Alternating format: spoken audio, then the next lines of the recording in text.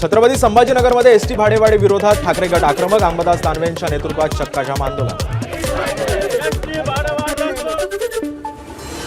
अंबादास दानवेंच्या नेतृत्वात चक्काजाम आंदोलन. आंदोलनादरम्यान अंबादास दानवेंना पोलिसांनी घेतलं ताब्यात. एसटीमध्ये 1800 कोटींचा भ्रष्टाचार. अंबादास दानवेंचा आरोप. 15% भाडेवाढ प्रवाशांचं कंबरड मोडणारी असून ती मागे घ्यावी, दानवेंची मागणी. एसटीची भाडेवाढ जर परिवहन मंत्र्यांनी केली नाही तर उपमुख्यमंत्र्यांचा याला विरोध असेल, तर भाडेवाढ मागे घ्या, काँग्रेस नेते विजय वडेट्टीवार यांची मागणी.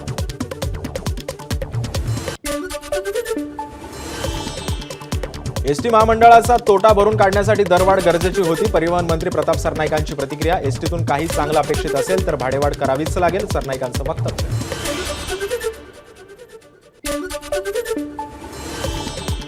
नांदेडच्या मध्यवर्ती बस स्थानकासमोर ठाकरे सेनेच्या कार्यकर्त्यांचं आंदोलन. एसटी भाडेवाढ रद्द करावी, अन्यथा तीव्र आंदोलन करू, ठाकरे सेनेचा इशारा.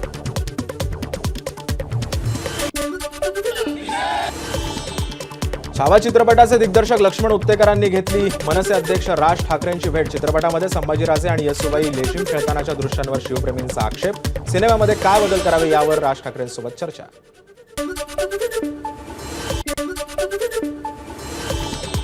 छावा चित्रपटातला आक्षेपार्ह भाग काढून टाकणार. लक्ष्मण उत्तेकरांनी राज ठाकरेंच्या भेटीनंतर दिली प्रतिक्रिया.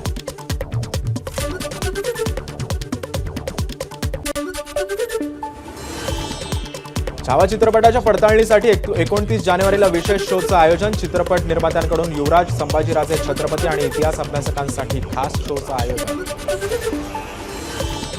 उपमुख्यमंत्री अजित पवारांचे निकटवर्तीय बाबूराव चांदेरेंविरोधात गुन्हा दाखल.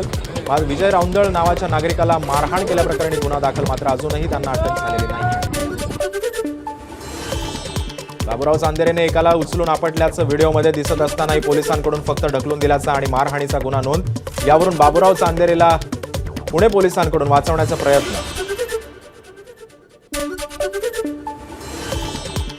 छत्रपती संभाजीनगरमध्ये पोलिसांना शिवीगाळ करून धमकी देणारा बिल्डर पोलिसांच्या पायाशी. प्रसिद्ध बिल्डर कुणाल बाकलीवालाचा माज पोलिसांनी उतरवला.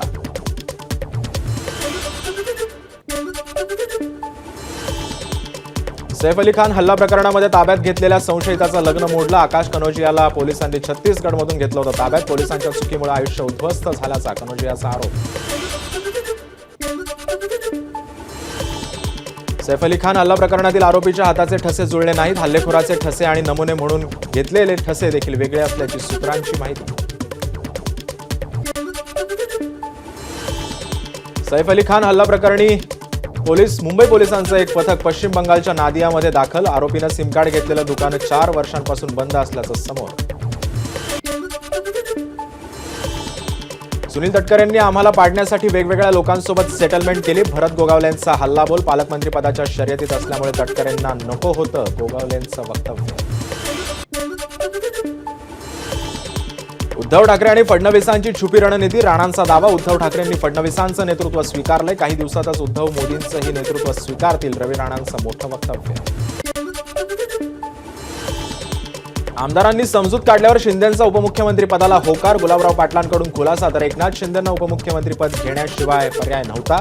गुलाबराव पाटलांच्या वक्तव्यानंतर संजय राऊतांचा निशाणा. उपमुख्यमंत्री एकनाथ शिंदे यांच्या आदेशानुसार शिवसेनेचे मंत्री आजपासून घेणार जनता दरबार. बाळासाहेब भवन इथे आलेल्या लोकांशी मंत्री थेट संवाद साधणार. अर्थसंकल्पीय मागण्यांबाबत विविध विभागांच्या अजित पवारांसोबत बैठका. माहिती आणि तंत्रज्ञान विभागाकडून अर्थसंकल्पीय मागण्यांसाठी सादरीकरण. मंत्री आशिष शेलारांची देखील बैठकीला उपस्थिती. पिंपरी चिंचवडमधील ठाकरेंच्या शिवसेनेच्या पदाधिकाऱ्यांच्या बैठका. विधानसभेतील पराभवानं खचून जाऊ नका. स्थानिक स्वराज्य संस्थांच्या निवडणुकांच्या तयारीला लागा, संजय राऊतांचे आदेश. पवारांच्या तब्येतीची विचारपूस करण्यासाठी उद्धव ठाकरेंचा फोन आला. मात्र अजित पवारांच्या फोनबाबत माहिती नाही. सुप्रिया सुळेंची प्रतिक्रिया. राधाकृष्ण विखे पाटील यांनी अवैध वाळू संदर्भात केलेल्या वक्तव्यावरून मुंबई उच्च न्यायालयामध्ये याचिका दाखल. ठाकरेंच्या शिवसेनेचे उपनेते शरद कोळींचा आरोप. राधाकृष्ण विखे पाटील यांच्यावर गुन्हा दाखल करूनही मंत्रिमंडळातून हकालपट्टी करावी, कोळींची मागणी. सोलापूरमध्ये राष्ट्रवादी शरदचंद्र पवार गटाला मोठा धक्का बसण्याची शक्यता. शरद पवार गटाचे रमेश बारसकर शिवसेना शिंदे गटाच्या वाटेवर. बारसकर यांच्यासोबत 3 माजी नगरसेवक, 2 सरपंच यांच्यासह शेकडो कार्यकर्ते प्रवेश करणार असल्याची माहिती. मनोज जरांगेंच्या उपोषणाचा आजचा 3रा दिवस. शुगर लेव्हल खालावल्यानं जरांगेंची डॉक्टरांकडून तपासणी. अंतरवाली सराटीमध्ये मनोज जरांगेंसोबत उपोषणाला बसलेल्या दोघांची तब्येत बिघडली. दोन्ही उपोषणकर्त्यांना रुग्णालयात दाखल केलं.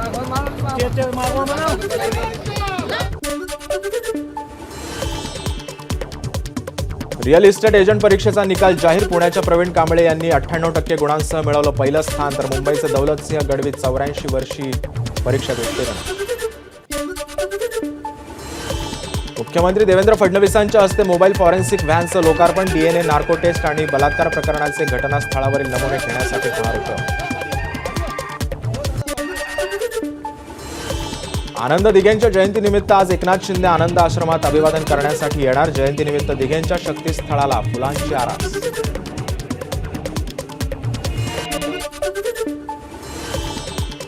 आजपासून कोस्टल रोड मुंबईकरांसाठी खुला. मरीन ड्राईव्ह ते वांद्रे अवघ्या 15 मिनिटात गाठता येणार, तर सकाळी 7 ते मध्यरात्री 12 वाजेपर्यंत कोस्टल रोड सुरू राहणार.